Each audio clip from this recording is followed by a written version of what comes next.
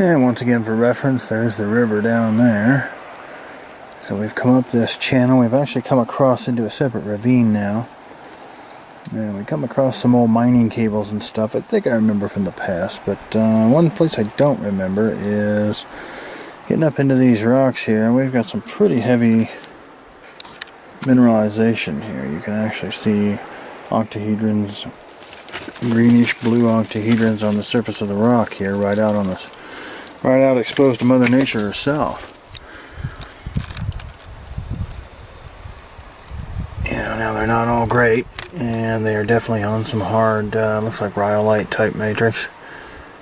So I don't think we're going to be beating a lot of them off, but it is interesting to see that the mineralization well developed. You can see it going in and out of these fractures. Crystals all over. Quality jumping all around quite a bit, of course, like it usually does in most places. But somebody's definitely dug here, and I definitely don't think it was me back in the day. You got quite a few small octahedrons down in there, but then right up above it here,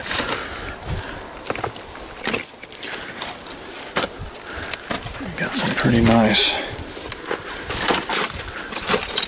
mineralization back in these cracks here.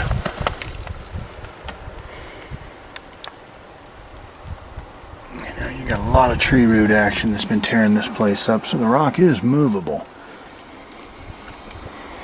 If a person so feels inclined to get busy, which at the moment I'm going to continue exploring a little bit, but this crack right here seems to have some interesting stuff quite a ways back in it there. Some of the crystals look to be approaching 4 or 5 centimeters, a couple inches back there on an edge.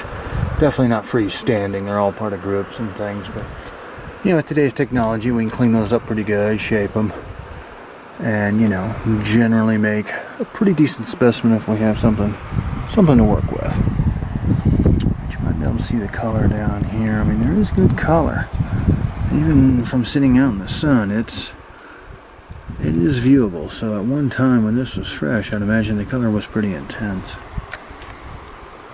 So here's the chute that we're kind of working up. We got a tree that has fallen across. So definitely this place is great for self-mucking.